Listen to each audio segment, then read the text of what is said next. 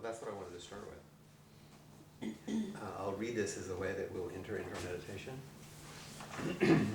It's from one of my Dharma sisters, Barbara Jewett-Byram, and it was written just the day of Blanche's death, in which her body was taken to the Buddha Hall at City Center, at San Francisco Zen Center. And then 3 days later, they had some photos online of the coffin being taken out, like her last exit. And that was very powerful. I'll see if I can get through it.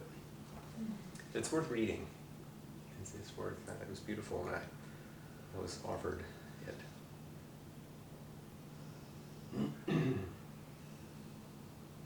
And there's a name in here, Acharya, which is the honorific title for women teachers in some of the old traditions.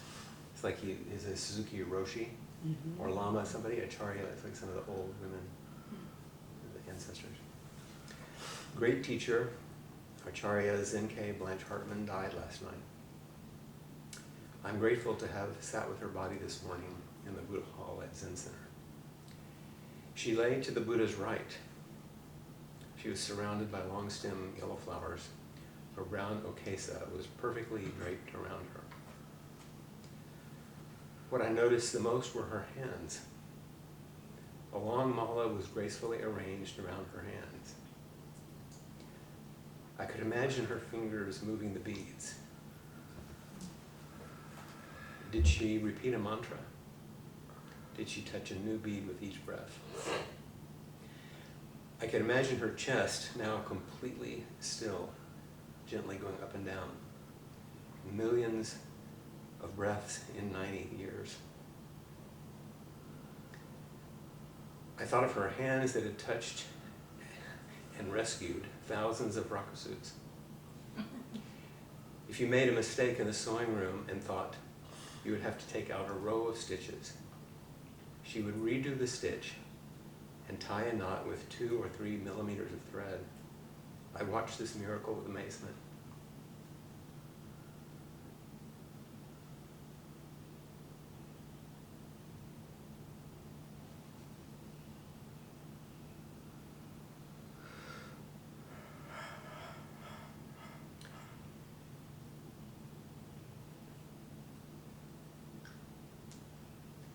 I was fascinated with her patience and care, our theme for this evening.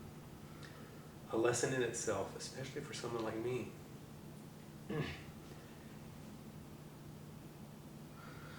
I saw her slender gold wedding band.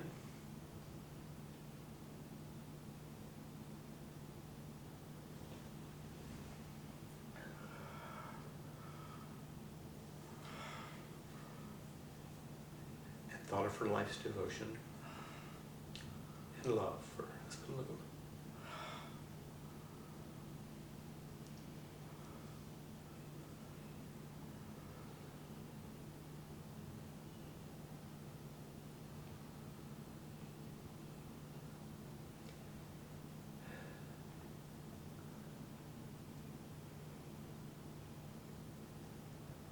I remember sitting with Lou's body at Zen Hospice.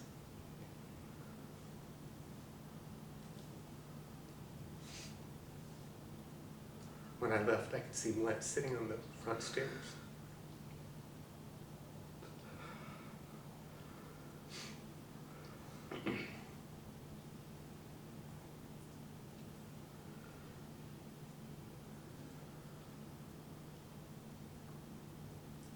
I could see Blanche sitting on the front stairs of Zen Center and across the street. I've not been one of her close disciples, so I was moved when she stood up and embraced me. I saw the brown marks of old age on her hands. And I saw the bruises from needle sticks and all the medical work done on her body.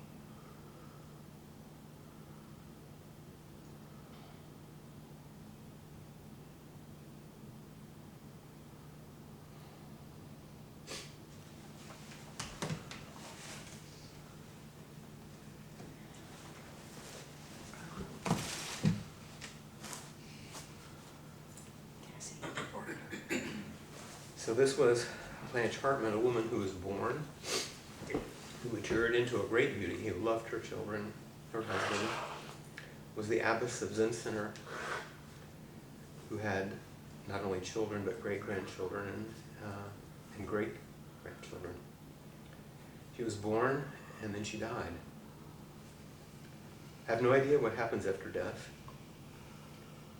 I may even be a heretic because I really insist that I don't know and won't guess. But I felt that Blanche Hartman as a person was gone. I did, however, have a sense that beyond the duality of birth and death, I had a sense of what beyond the duality of birth and death might mean. Her life was entirely a stream of practice.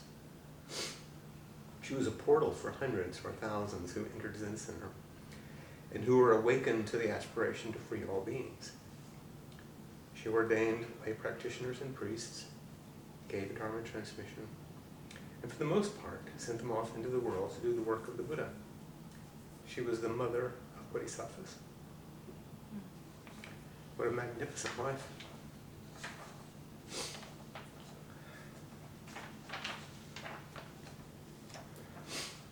I think of her sitting zazen for years and years. I wonder, was she trying to know herself, or drop away body and mind, or, as some people suggest, is the purpose of zazen? As I looked at her body, I thought that she practiced zazen purely out of devotion to practice. I think that she sat zazen for the sake of zazen, and along the way, brought thousands to the Dharma.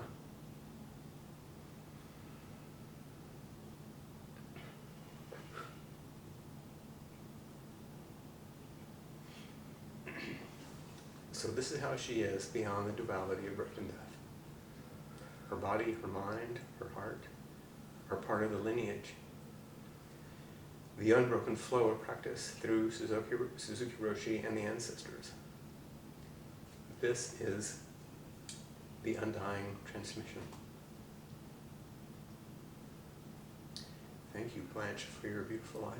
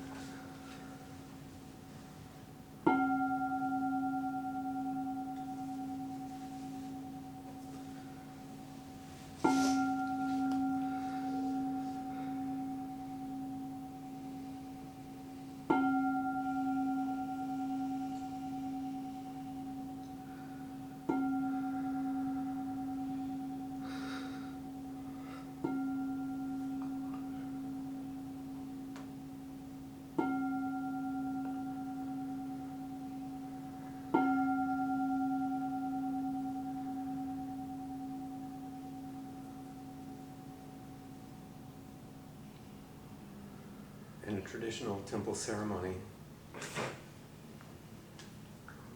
which was performed at San Francisco Zen Center, as soon as she died, the bell would ring 108 times. So we ring it 9 times tonight.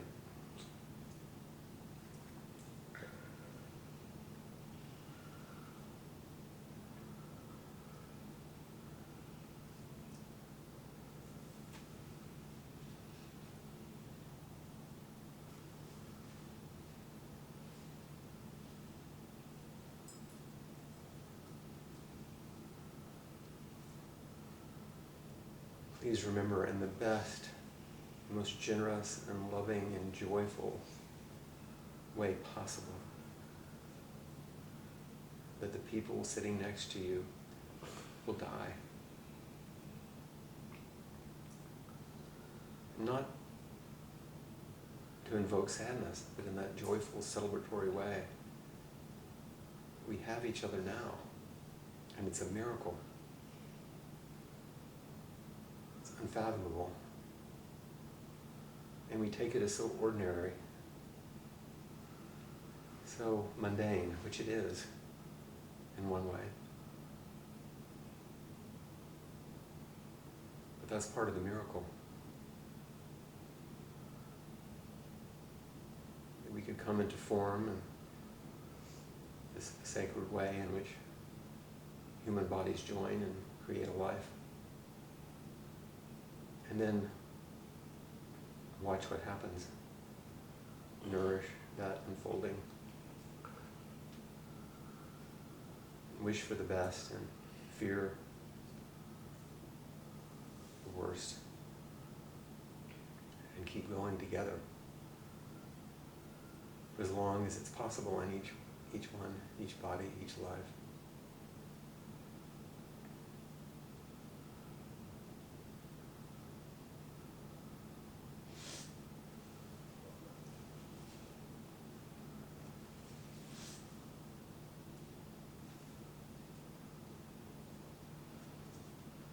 The whole long arc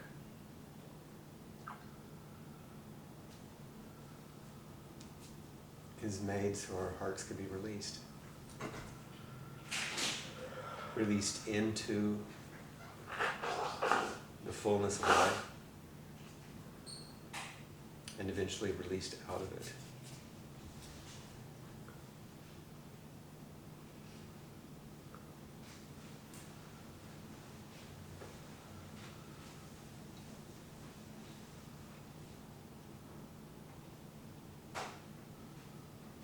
And along the way, because we are vulnerable, dependent mammalian creatures, we lean on each other and rely on each other for our life.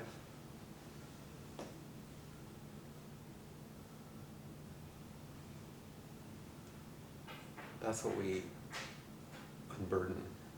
That's what we release. That's what we yield to. That's what blossoms. That's the grace that we are afforded by being offered a life.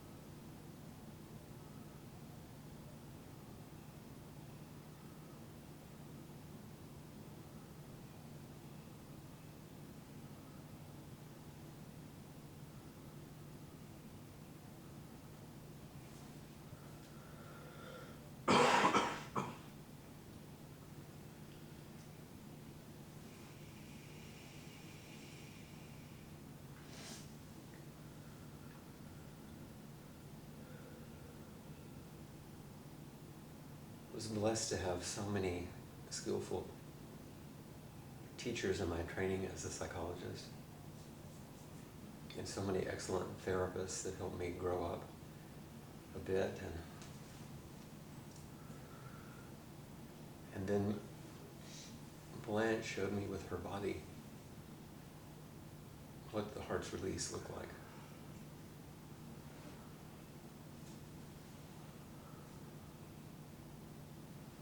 From the first time I saw her lead service,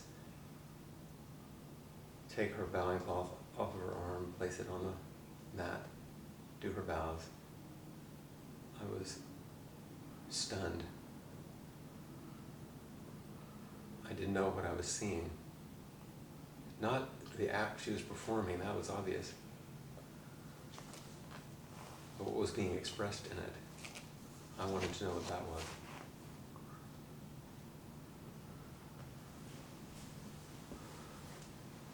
The first time I had the courage to ask to meet her privately for a practice session for a dukkha-sana. And she met me in the hallway and led me into the little room. Still dark outside, a little bit of light from the candle. Showed me how to light the incense and offer it myself so we could sit together. In the cool San Francisco air poured over the windowsill. It was cracked just a little bit. She was showing me with her body how to meet.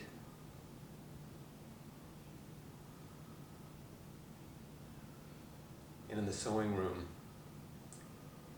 the careful precision with which she would work with fabric and thread, the way she could make these beautiful seams like origami.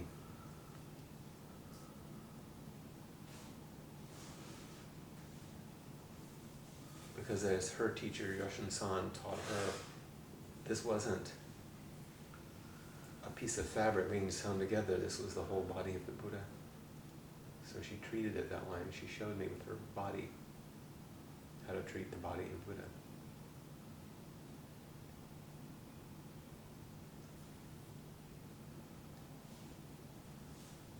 And she showed me how to be completely myself, welcoming all parts. In the very same day, we would leave Dogen's temple, Eiheiji, in the western part of Japan and travel to Kyoto. And after a stressful trip, her attendant said, please take her out. And I took her to a little sushi restaurant in a back alley in Kyoto, and we sat at the bar and ate sushi and drank way too much sake and got really drunk. And stumbled back through the streets at night. Every part was welcome in the body, the one body.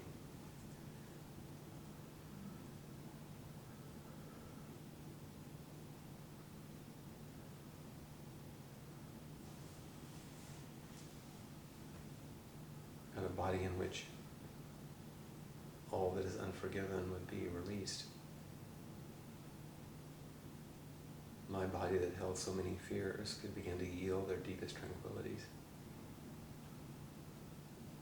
My body that was fearful of blossoming fully into what I knew myself to be, but she could see it.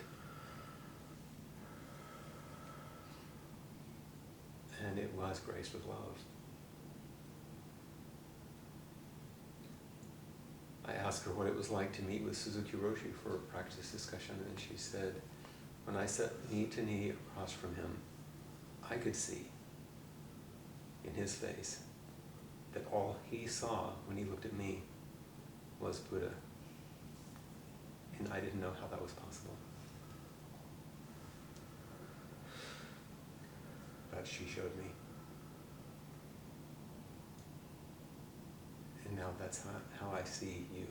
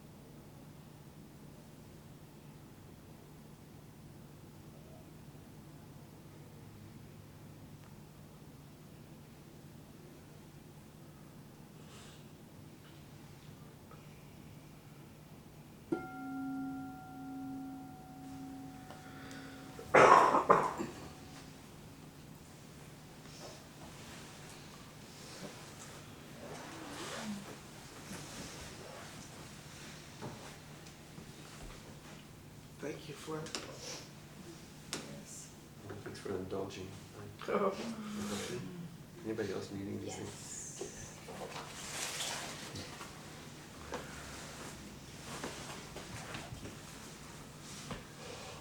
Poor folks listening to the video with snorting.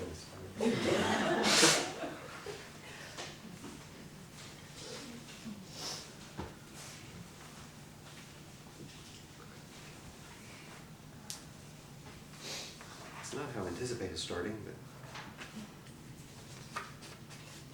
there you go.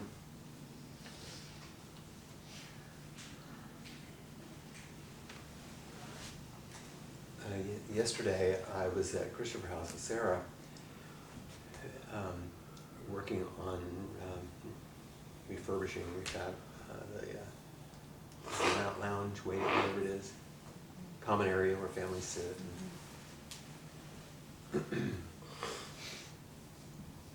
And we went into the Serenity Room, which is a small kind of like meditation or quiet space where you could pray and do whatever. And when the building was first built, and I don't remember what year it was, but it was in the 90s, early 90s, because it had, yeah, it was before Aaron closed the store, so it had to be before 1995. So more than 20 years ago. We took it upon ourselves to furnish that room. And there was a set of shelves in there, and so I collected across from my family. One of my really good friends gave us a mezuzah to put in with their, and every wisdom tradition we could find, we put something in the room.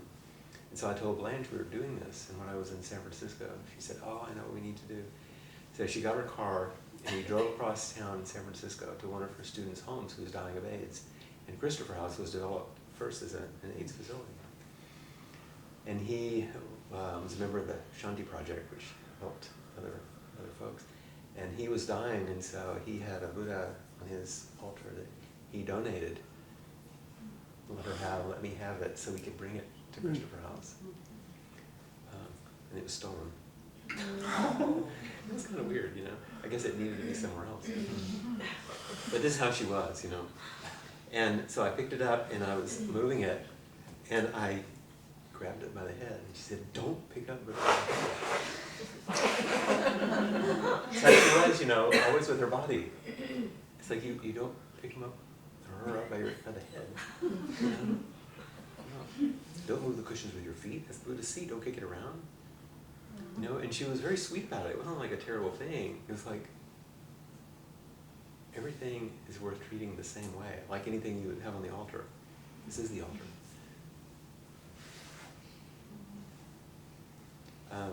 But it really is so apropos to our theme, I think, tonight, especially with a focus on appamada in care. For those of you that had printed out the notes that I made for us this evening, you notice I changed the, right above the John O'Donohue poem, each time I would change the tagline a little bit. I don't know if you noticed. But this time is a heart released, not the heart's released. And my expression of appamada is clear care. You can use other words, but I like the alliteration of it. It's nice, clear care. But this is the enactment of the verse of the Han. Great is the matter of birth and death. All is impermanent, quickly passing. Awake, awake, Don't waste this life. So this is the enactment, clear care. Oh, I have to be attentive and see what's needed. It's the embodiment of confession. All the ancient tangled karma. I like that translation. I started using it. All my ancient tangled karma. From beginningless greed, hate, and delusion, born through body, speech, and I now fully avow. It's like, oh, if I'm going to be caring, I have to care for myself. I have to avow. I have to be the kind of person who, through care, can say, this is me. This is who I am. It's the enactment of the refuges. We can go right on through. This is really the whole thing. Let's look at the little segments that I have taken from Stephen Batchelor. In the section in the book in which he's speaking about appamada, he's also talking about a relationship that Gautama had, the Buddha had with Pasenadi, who's a king.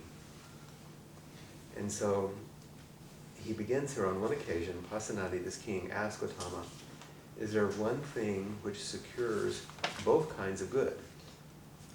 The good pertaining to this world and that pertaining to what follows after death?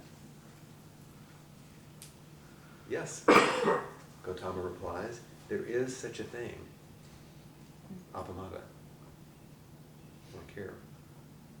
Just as the footprints of all living beings that walk fit into the footprints of an elephant, he explains, so care is the one thing that secures both kinds of good.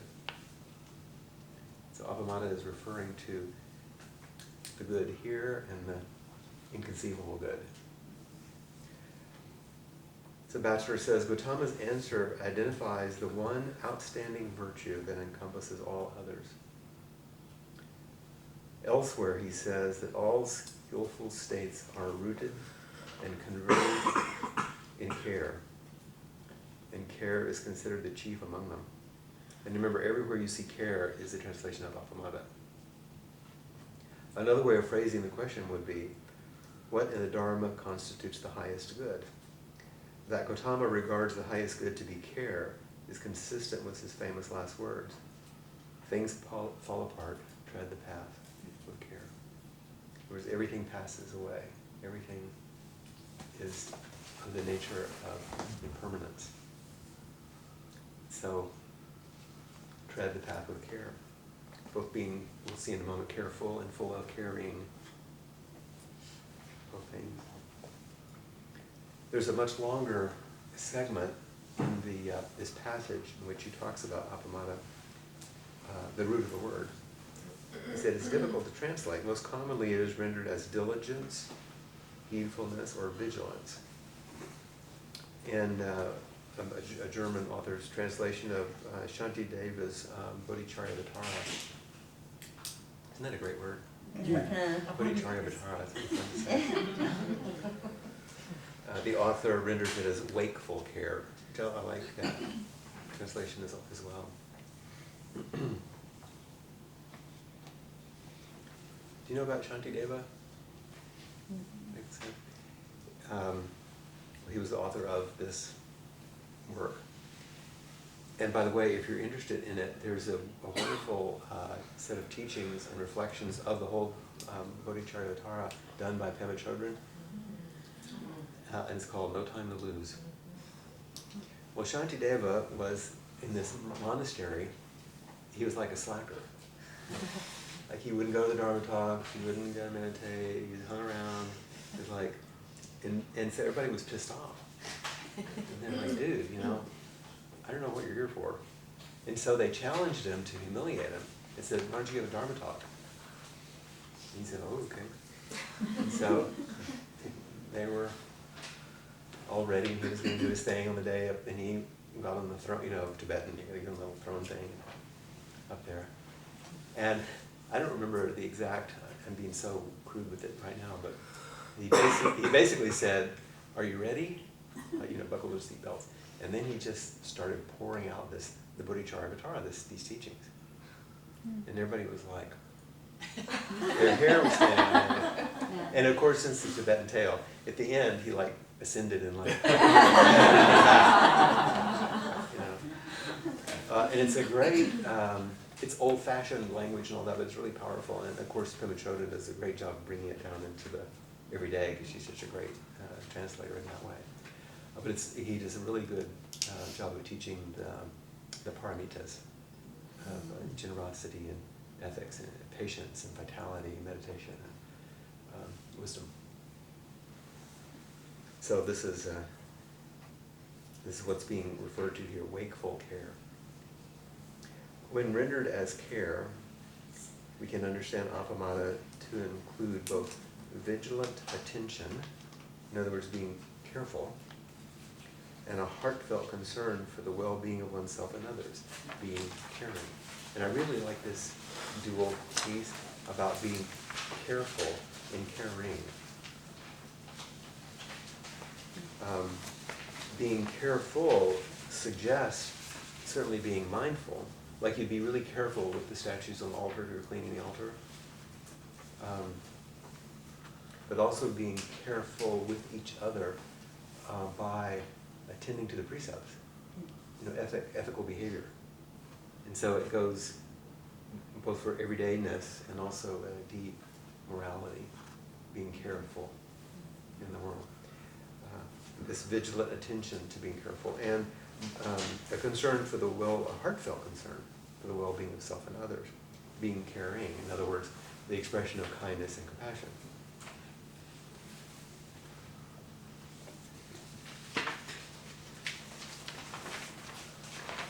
Somebody else read him for a bit, this next paragraph. I'd like to read that. Somebody got it? Anyone read it? Yeah. Yeah, great. Just that first paragraph on the next page. Sure.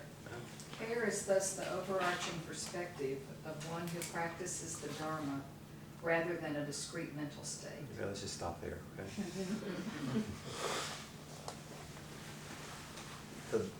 So this challenges people's idea about waking up, that you're going to be open to some blissful or omniscient or superhuman state. What does he say it is? It's an overarching perspective. It's a way of looking. It's a way of meeting the world. It's not a special state. It's the flexibility to move into and out of any state, which would allow you to have a perspective that is free and full of care and full of carefulness. It's a perspective. So when I say that awakening isn't about having some new experiences about it, it's a shift in relationship with all experience. This is what's being talked about. So I really like that sentence. So go ahead and read it again and keep going. Sure. Sorry, I'll keep, I'm sure, bothering you again. Just stop me where. Care is thus the overarching perspective of one who practices the Dharma rather than a discrete mental state. Care lies at the heart of the four tasks themselves, referring to the fourfold tasks expressed by Batchelor, rather than the classic Four Noble Truths. Very close to our four practice principles, infusing and motivating us to undertake each one of them. To genuinely care for the world means to embrace its suffering, let go of one's selfish reactivity, behold the ceasing of such reactivity, and cultivate an integrated way of life. So that one's packed full, isn't it? So care lies at the heart of the Buddha's four teachings. The heart of the practice is traditionally the Four Noble Truths. I am very much in accord with Batchelor changing the way they're described. They aren't truths because they aren't things to believe in. They're not some sort of elevated or absolute truths that you should claim and believe. They're things to do. The Buddha didn't ask us to form new beliefs. Did I tell you that little teaching story about Mara and his minions? And Mara is the tempter, the devil in the Buddhist. He's the one that's always trying to throw Buddha off, And so he and his minions were hanging around one time, and they see this person going along the road, and this person stops and you can tell it's having this kind of awakening experience. Something is getting their attention. They're opening up and dropping whatever's in the way, and their heart is opening, their mind is opening, their eyes are opening. They're really waking up.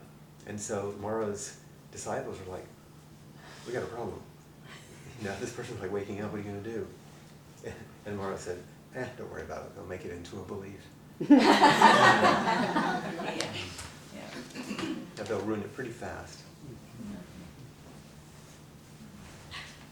I think maybe some of you have heard once when I was at San Francisco Zen Center, I was sitting like you are, and someone had given a talk, and then there was a discussion, and the discussion was about belief, in Buddhism, belief. And sitting next to me, was on this side, right next to me was Robert Aiken Roshi, who at that time, in 1995 probably, he's like the dean of American Zen. I mean, he was the elder. He's an amazing, amazing man. Old by then, and he sat there very silently and listening to all this. And then finally, the skinny, tall kind of guy like I used to be, raised his hand. And they said, "Oh, Roshi, yes, you know." And he said, "In Buddhism, there's nothing to believe and everything to discover." That was it.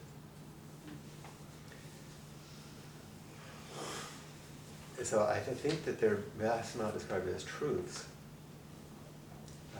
but as these principles which are actually tasks to undertake. Because the Buddha offered us practices, not beliefs, tasks. Something we can do. There is a way in which that word noble is useful. The tasks describe a way of meeting life that is a noble way of meeting life instead of the ignoble way we normally meet life, which is through reactivity and conditioning, habits, which is ignoble. And noble would be to follow these tasks, which he then defines. So care infuses and motivates us to undertake these things. It means two. Number one, embrace its suffering. That's the first noble truth. Embrace suffering. Or a bachelor would say comprehend suffering. See it. And the way that we chant the 4 practice principles, it says what the problem is. What bachelor is the practice. We chant caught in the self-centered dream, only suffering. So that's the problem. Well then, instead of being caught in the self-centered dream and suffering, comprehend suffering. Embrace it. Look at it. Know what it is. See that this is what's happening. The second one, let go of one's selfish reactivity. Holding to self-centered thoughts exactly the dream. That's the problem. The release is letting go of one's selfish reactivity. Then we say, each moment, life as it is, the only teacher. Now we're actually giving a prescription. Or at least we're giving a possibility. And he's saying, behold the ceasing of such reactivity. Each moment, life as it is, teaching us how we're reacting and how we're letting it go. Behold the reactivity. And then cultivate an integrated well of life. Being just this moment. Being just this moment, compassion's way. Cultivating an integrated way of life. So there's a lot more I would suggest if you're interested in reading about the fourfold task rather than the 4 noble truths. Because then you're not trying to figure out what the right thing is and how to believe it and how then you're just like things to do, practices you can engage in. So thanks, Margaret. Somebody else go in the next paragraph. I can. Okay. Care is sustained by the matrix of relationships one cultivates with others who are likewise committed to realizing comparable values in their lives. Care is something one learns by observing the way careful, caring people live. It is not a quality that can be learned from a text on moral psychology or Buddhist ethics, but only by living and interacting with human beings who embody it in their speech and acts. And if you, too, live life in a caring and care-filled way, that will have the effect of inspiring others to do so likewise. My point exactly. By describing Blanche. I mean, that's what I was trying to give you an example of. And so care is sustained, in the first sentence, how it's not just some idea. So it's sustained by what? Matrix of relationships. That's right. It's not sustained by your individual effort. It's sustained by us doing this and other things. It's something we do together. It's what when you come for inquiry, when you come to practice discussion, when you sit together silently. People who are likewise committed. Makes a difference. So you show up. Then the second, care is something, it's sustained in the matrix of relationship, and one learns by observing the way caring or careful people live. So it's good to have role models, isn't it?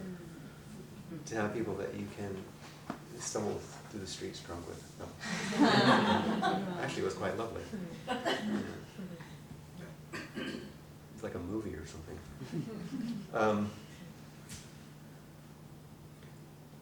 But by following her around, because that was the way she taught. She didn't teach out of the books. She wasn't a scholar in that way. She was scholarly, if you look, but that's not the way she taught. She taught by telling stories and doing things and asking you to do things. When I would help her before Jukai ceremonies, ordinations, make all the things that you were there the other day, the little packets and the lineage papers, and she just taught me how to make them, how to do the calligraphy. We would just be busy working all the time. And that's how you learn. We would do a procession into the morning service, and she would say, oh, no, you hold the bell like this. Not because it's like right or holy, but the kind of attention. And then she'd say, well, you do it that way because that way you can strike it this way. And it makes a different sound. And when you're doing it, it's like, oh. And so you begin to learn to pay attention in a different way. One learns by observing.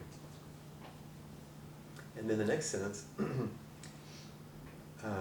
it's not a quality that can be learned from a text, but because believe me, I read a lot of books. And I know some of you do it too. But by living and interacting with human beings who embody it. That's my emphasis on the embodiment.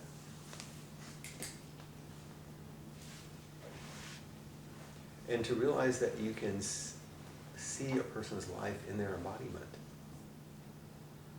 It's we were talking just before about Nick Askey, who's a wonderful photographer, teacher, visionary in some ways, who does soul biographies. And these amazing, simple, close, black and white videos and interviews, this calls forward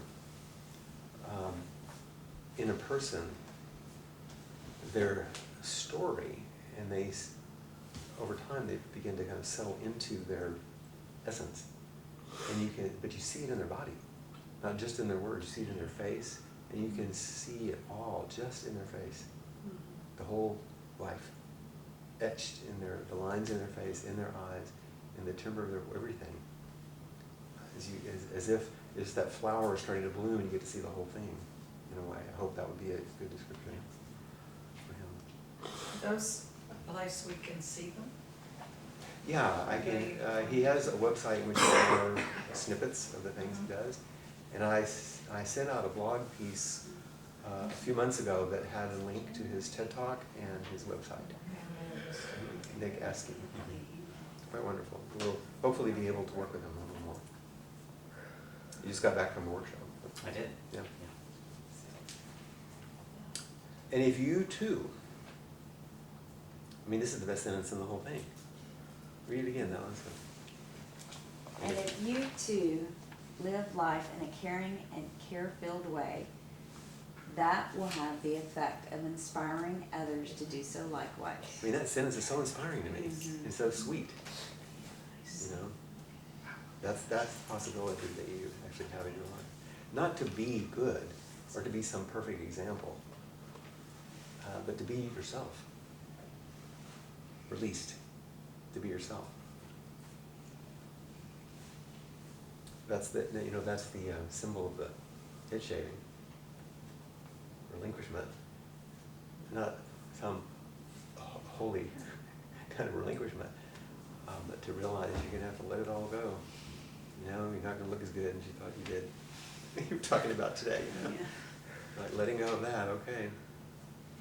Suzuki Roshi's great quote is, relinquishment is not letting go of the things of the world. It's just realizing they all go away. That's the embrace, permanence. So this third paragraph, someone read that one. This is another facet that's really important. Okay? If you care for something, you will guard and protect it. Whether the object of your care be a moral virtue, a child, or an endangered species. In each case, your care manifests as a yearning to keep it safe and free from harm.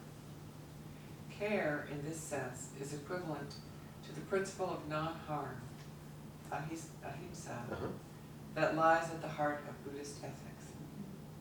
This is quite clear, isn't it, in some way? But here's the question. If you care for something, you will guard it and protect it. Your care will manifest as a yearning to keep it safe and free from harm. What if the thing that you were protecting the most, that you wanted to guard and protect, that you had a yearning to keep safe and free from harm, was your Buddha nature? Is your Buddha nature. Your own clear mind and heart. Your own pristine awareness. Your own open heart. But if that was what you were protecting. Because practice in some ways is that.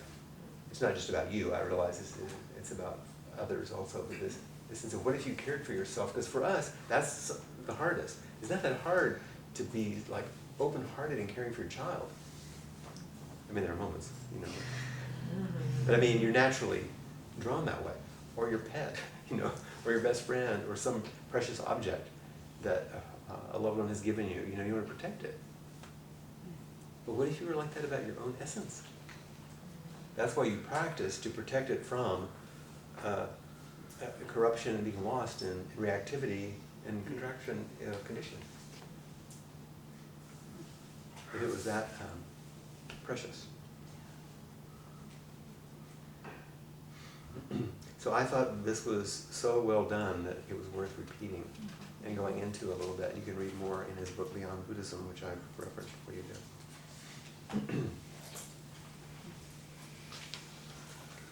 I also added some additional notes on the little blessing that we've used throughout the class. To come home to yourself. I was asking Cassie earlier, she said, man, this thing keeps on giving, you know, it keeps on hitting. And I said, okay, say it to me. Do you memorize it? You know, because these things that are that important, it's really useful to memorize. May all that is unforgiven in you be released. May your fears yield their deepest tranquilities. May all that is unlived in you blossom into a future grace with love. Which, of course, I was referring to also in my reflection on Blanche earlier.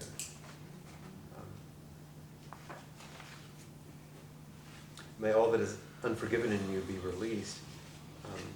I made a statement there about by the careful release of regret, guilt, and shame, the energy of love is released, and space is made for more caring, both yourself and others.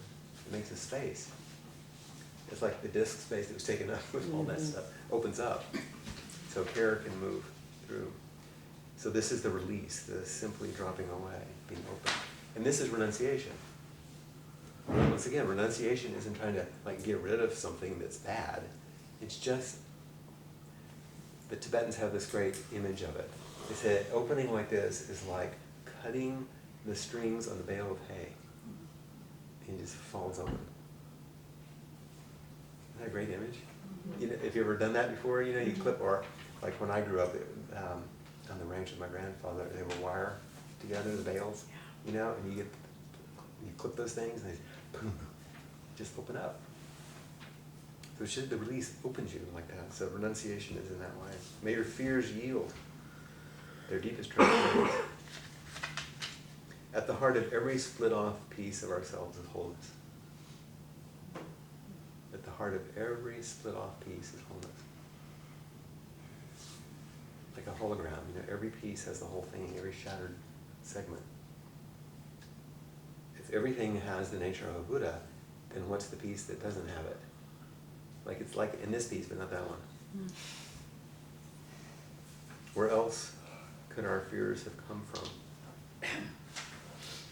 This fear that wholeness isn't there. Where else could they return? Split off from what? from perfection and wholeness. So,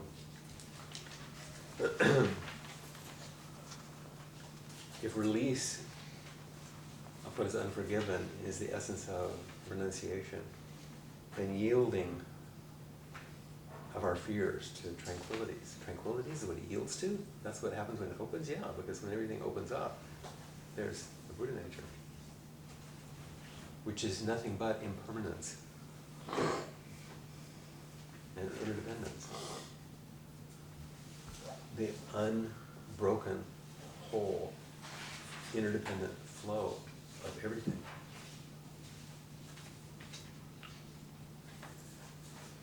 And that release, that capacity to yield, that act of renunciation and embodiment of interdependence and impermanence is grace.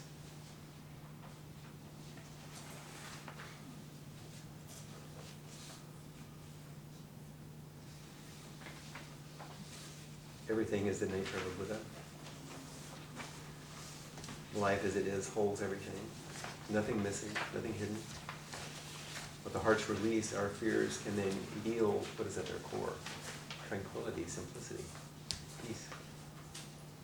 Buddha. Christ, Krishna, whatever, whatever's there. You never know till you look, One may show up you didn't expect,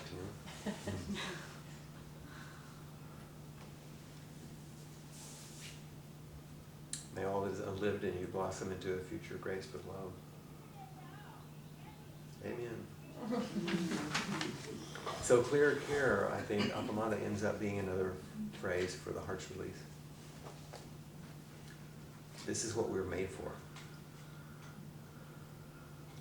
Just as a bud contains all that is needed to blossom if the proper conditions prevail, your heart has what is needed to blossom into a grace-filled future, both expressing and receiving love. Release opens us to the possibility of grace. Yielding allows for grace to penetrate our hearts.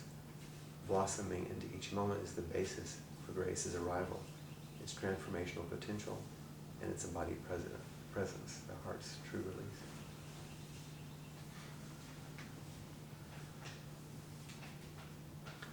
So love, grace with love, not grace with an emotion, not grace with a feeling state. Remember, it's a perspective. It's an orientation. It's the way one relates to things. It's also an outcome of practice. It's an alignment with the truth of each moment, alignment with one's true nature. It's an expression of that nature. It's the capacity to receive it without comment. Just this. Very different ways of thinking about love, maybe.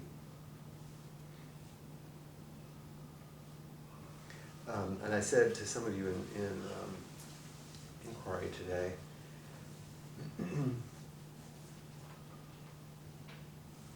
that I was reflecting on, and I hope you don't mind my reminding you of saying the same thing.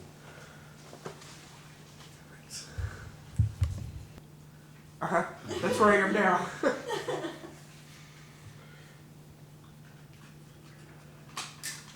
What I mentioned earlier today is this reflection I was thinking of the thousands and thousands of Dharma talks that I've listened to. Maybe not thousands. And then my question to myself was, what do I remember?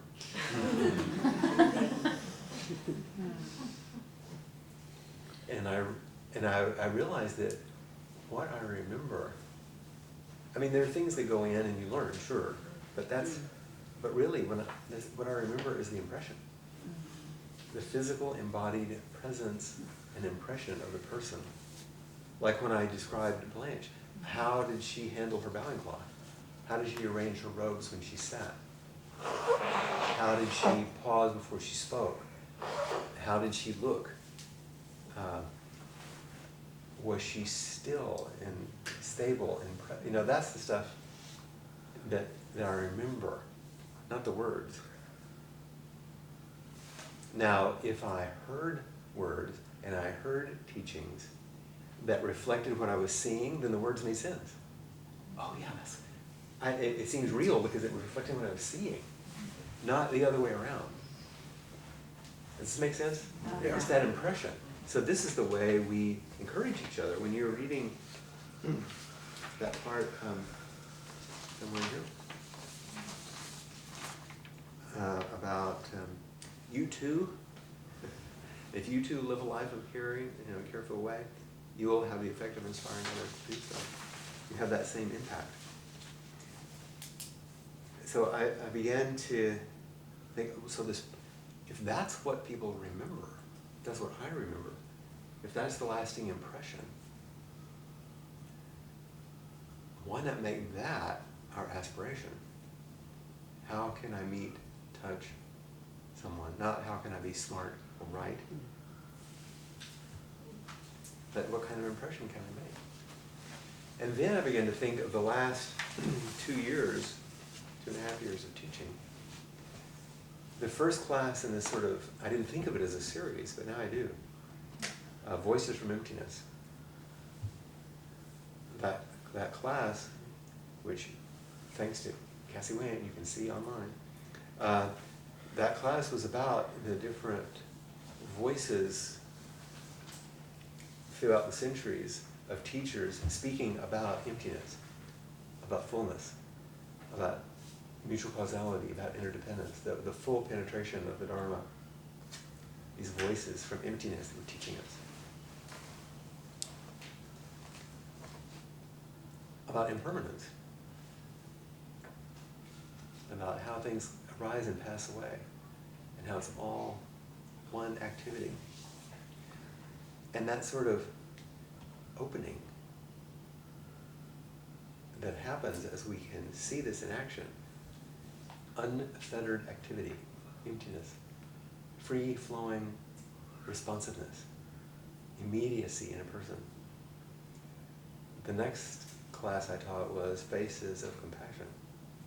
The various bodhisattvas. In other words, there are different facets of the jewel of compassion.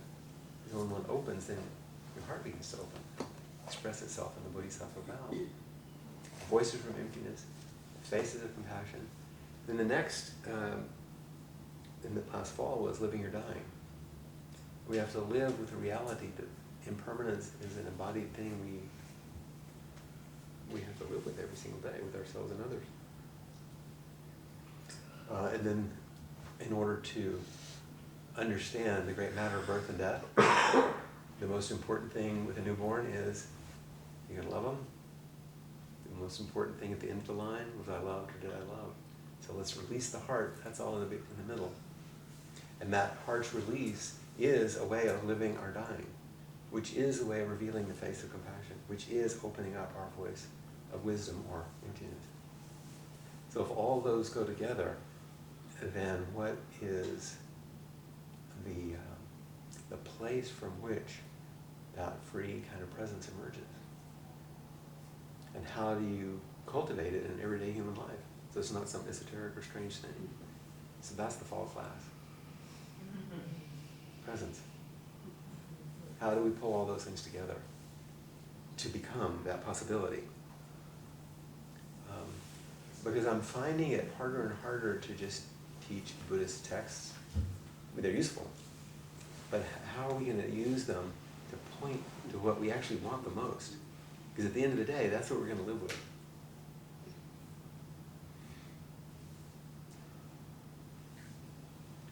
Does this make sense to you? Yes.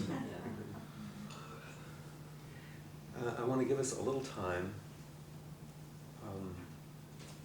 since it's our last class meeting this time, although you have one more survey to do, which I haven't sent you yet. Just the last few prompts on Appamada. Because I usually give it to you after the class so you can do your reflections on our time here. And I realize that I have asked an enormous amount from you. It's not lightweight. This is really a lot, isn't it? Yeah. I realize that. And I was saying that somebody said, wow, you really made up a lot. I said, you know what? When I sit down and I start practicing with these phrases, these things are like channeled. It's like, what is the deepest way to unfold this that will touch the place I want to encourage in my students? So your responses are incredibly helpful and amazing, and totally amazing. So we have one more to do on Appalachia, if you're willing. You've been mighty generous so far. But it also gives us a time, if there's anything anyone would like to say about the class, about what it's like to practice in this way together. If you have noticed in some way that your heart has been more released, if have you been able to drop what is unforgiven anywhere? Have you been able to notice tranquilities that were in fact the result of the yielding of your fears? How has your life blossomed? Where do you notice grace? Are you more open to love? I'm interested in reports. If you're willing to come up and say something. Which also is for expressions of gratitude, of course. I don't mean for me, but I mean, but I'd love to hear if somebody has something they'd like to say. If you don't, that's fine, but this is a good time to speak. And by the way, if you do, this is grace unfolding. Just to help you guys. Now follow that. No, just to do what you thought the Dharma was asking you to do. Sometimes Right. too. Right, Trying because to I do it. wasn't good enough. Yeah. Yeah, I was trying to pursue this good enough. So then I started noticing times when I messed up.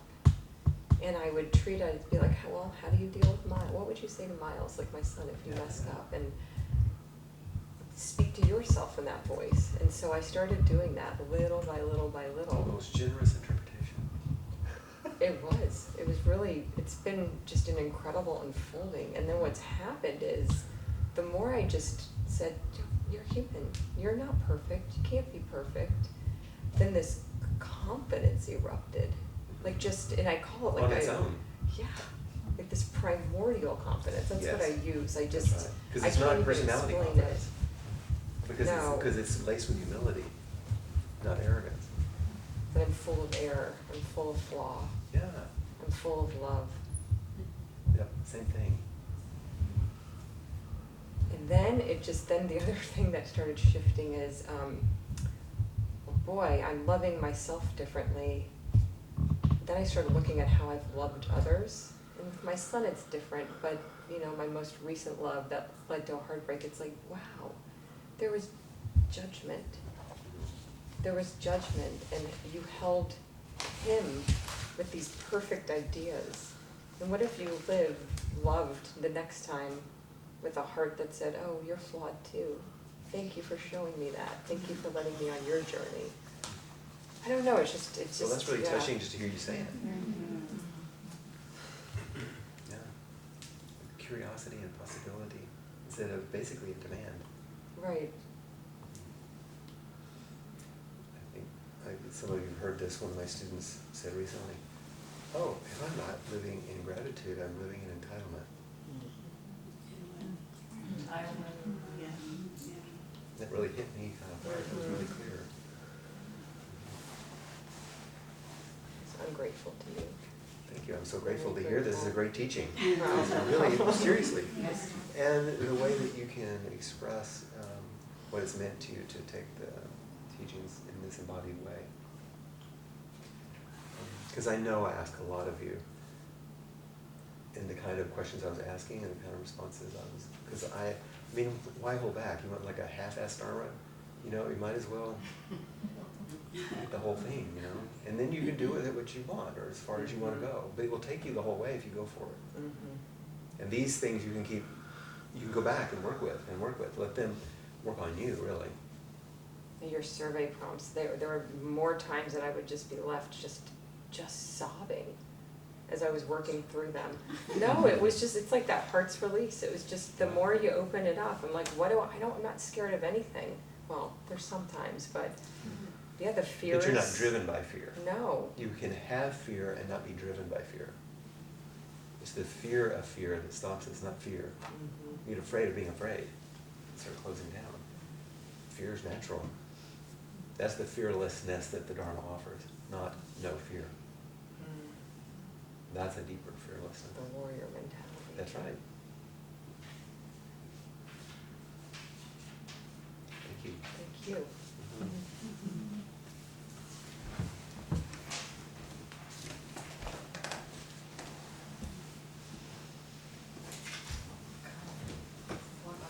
Yeah, just don't fall. I'm not gonna fall.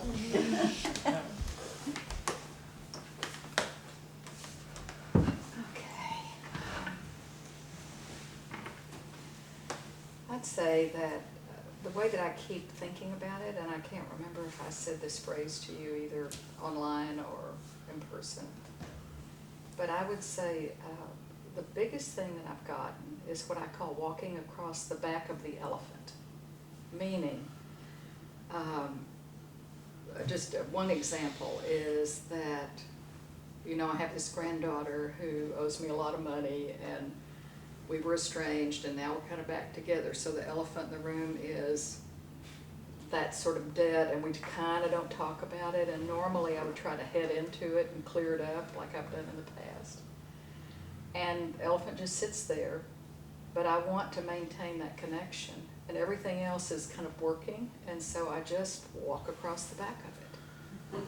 And, you know, I mean, that just continues to be my image for kind of, you know, past hurts. I mean, it doesn't have to be with family anywhere, but just what is this flaw, this thing that happened either inside me, out here, that I don't know how to reconcile exactly, or that doesn't seem reconcilable, but I want to maintain that back and forth care anyway. You begin to notice what's more important. Yeah, and just that piece of the relationship. And the other thing that's happened is that I've gone from, especially in my family dynamic, from kind of the rescue self, but she was leaving, she was exiting, to the self that was staying in curiosity about this tribe I would visit called my family. And then, but now it's appreciation for who they are and how they relate and how they connect. And I'm just kind of fascinated. It's beyond curiosity, but it's just appreciation for what they've got to deal with, how they're dealing with it. Yeah, that deep kind of appreciation, which is that sort of comprehension, just seeing the reality of it. Yeah. Wow. Yeah. That. It's seeing the reality and going, wow, exactly.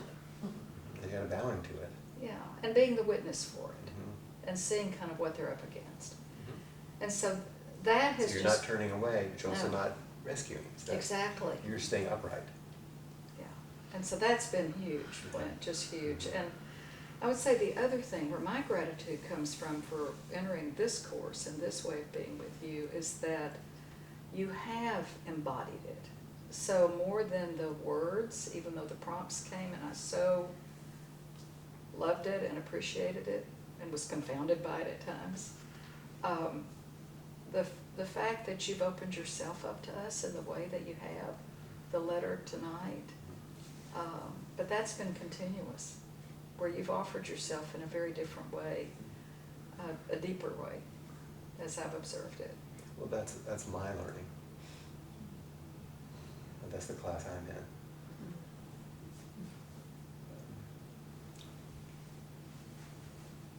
I've taught enough content, I think. So about that. Yeah.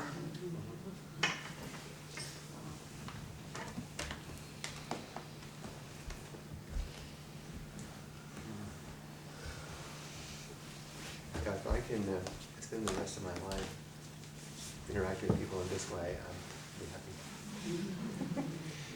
I wanted to say my appreciation for the repetition of the sayings. At the request that you actually live with them? Yes, and It's an easy one to forget and a really important one to do. Well, the one that the sayings that we did with each of the prompts that came, and so first it was, all is impermanent. This last time it was the vows, and I'm pretty edgy about vows, but this time the one that really moved me and that I feel it in a much different way is Dharma gates are boundless, I vow to enter them. And I started to think about that a lot because it was the only, as you once said before, it's all you can rely upon. The only thing that's sure is that the Dharma gates are going to keep on coming. And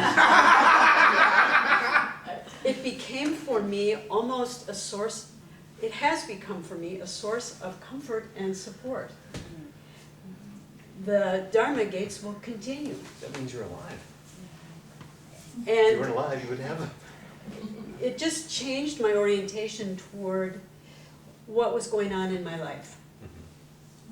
And it became kind of not something to be afraid of, but something to be curious about and have a certain, at one point I think I wrote, the Dharma gate became like a pillow, a source of comfort.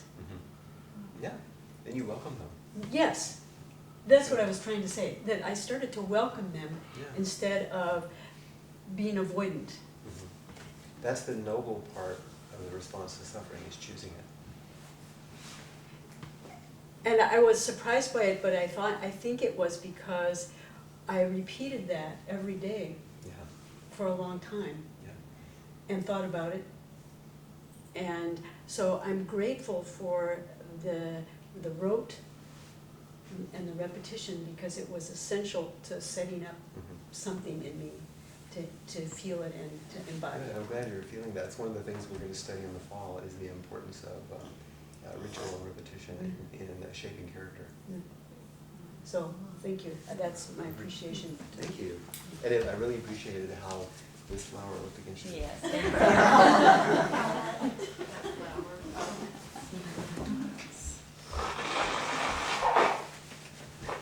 Get ready.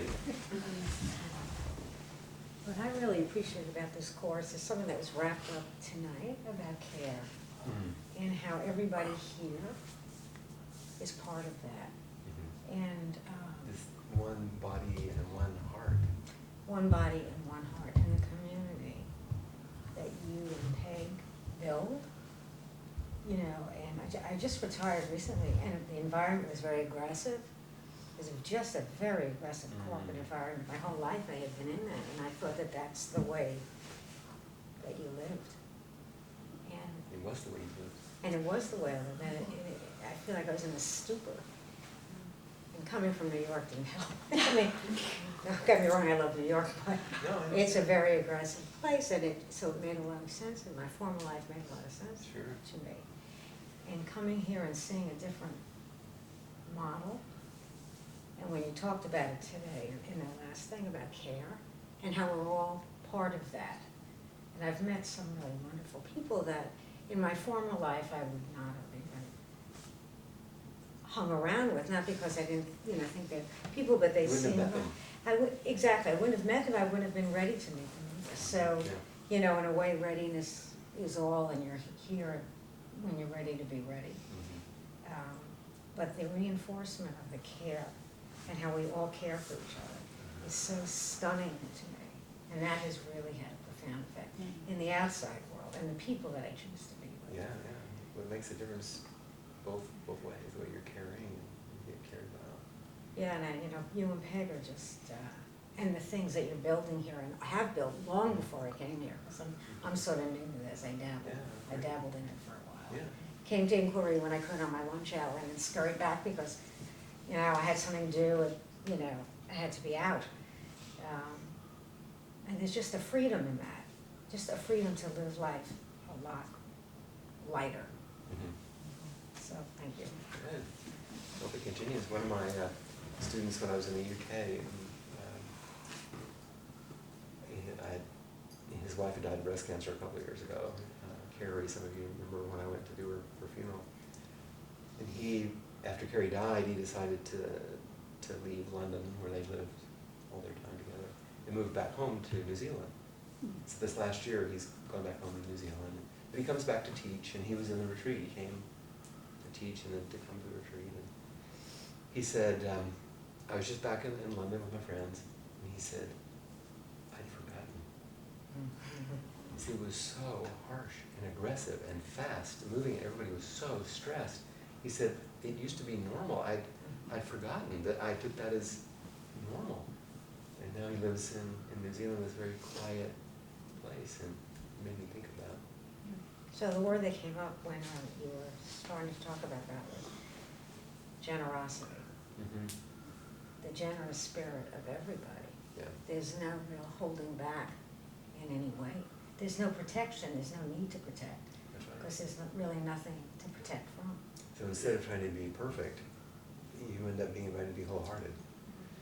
And that's the replacement. So thank you.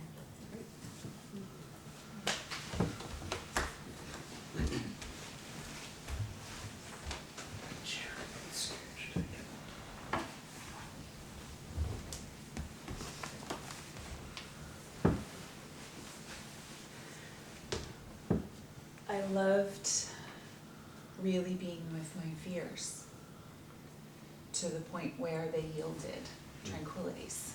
It takes a lot to hang in for that long. Yeah, and Right, it was intimately. a constant practice of that. Mm-hmm. It's just, I was just in that place where there was a lot of fear Mm-hmm. About really important things. Yeah. And just letting the somatic experience of what does it mean to really be curious about how that moves, and if I can really go into the very, very center heart of that fear, what will happen? And tranquility happened over and over. So that wasn't just a line in the blessing, you realized it as... Yeah, I worked with it because I took that, I love working with words, so I pulled that yield out of there Yeah. and just discovered the yield. I took the word yield to mean it produces something. Mm-hmm. So if I could That really yield. Mhm. go into that fear, it will produce tranquility. Mhm. It's like, how can I do that? Yeah. How can that happen? Yeah, intimacy with everything, anything. Will open you. That's amazing. So thank you for that. Yeah. And thank you for just letting your heart open to the point where you were crying with us. Because I imagine that I got to really understand, relate with you in that way with your teacher, because that's how I feel about you. And there are times where I'm in inquiry and I think, someday you'll die. And it creates a preciousness in that moment. So you sharing in that way, like I connected with you because I understand why you're crying. Thank you. Yeah. And those reflections, a couple of people lately have said in their tears, oh, what's going on? And they were saying, well, I'm afraid you'll die. It's like, really? Well, it's interesting to get it back. Not that I don't think of it now, it's just to have that reflection. That someone would say something so precious. Mm-hmm. Like, I know the feeling. Mm-hmm. It's just like, oh, really? So that's very, very meaningful to me. Thank you. Cool, I see we're almost at the end of our time. But if anybody else has any, we do have 5 more minutes.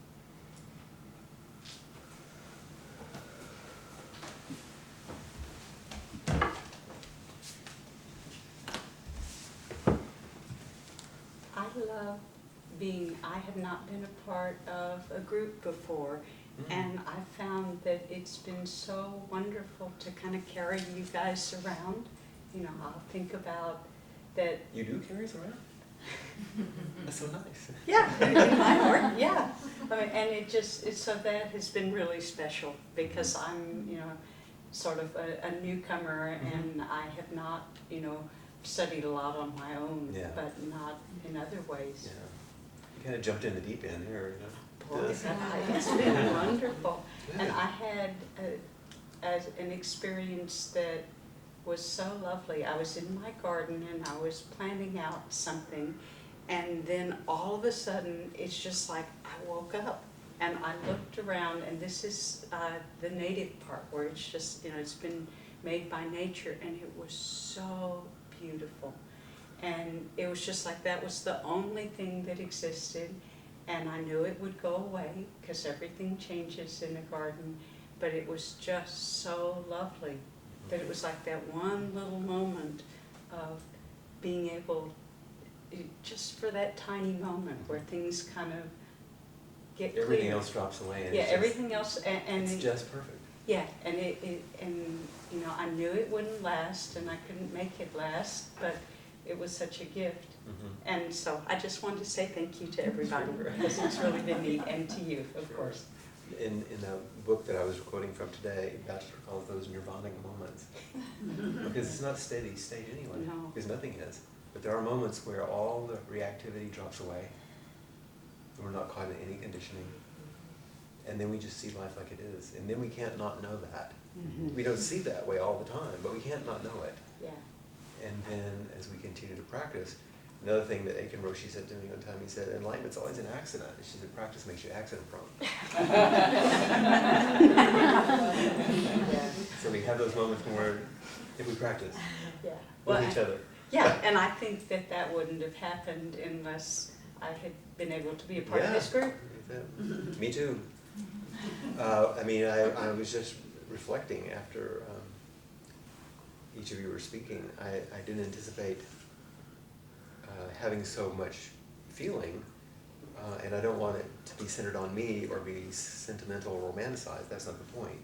But I realized, oh, my heart's released. Yeah.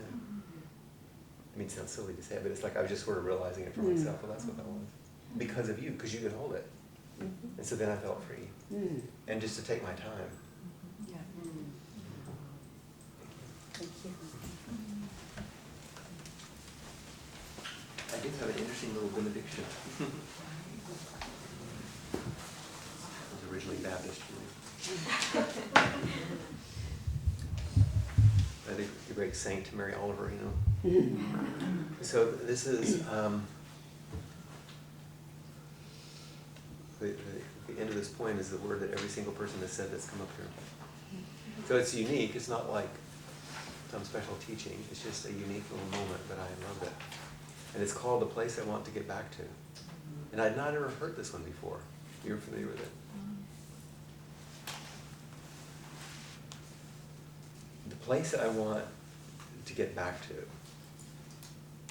is where in the pine woods, in the moments between the darkness and the first light, 2 deer came walking down the hill. And when they saw me, they said to each other, okay, this one is okay. Let's see who she is and why is she sitting on the ground like that. So quiet, as if asleep or in a dream, but anyway, harmless. And so they came on their slender legs and gazed upon me not unlike the way I go out to the dunes and look and look and look into the faces of the flowers. And one of them leaned forward and nuzzled my hand. And what can my life bring to me that could exceed that brief moment? For 20 years, I've gone out every day to the same woods, not waiting exactly, just lingering. Such gifts bestowed can't be repeated. If you want to talk about this, come to visit. I live in the house near the corner, which I've named Gratitude.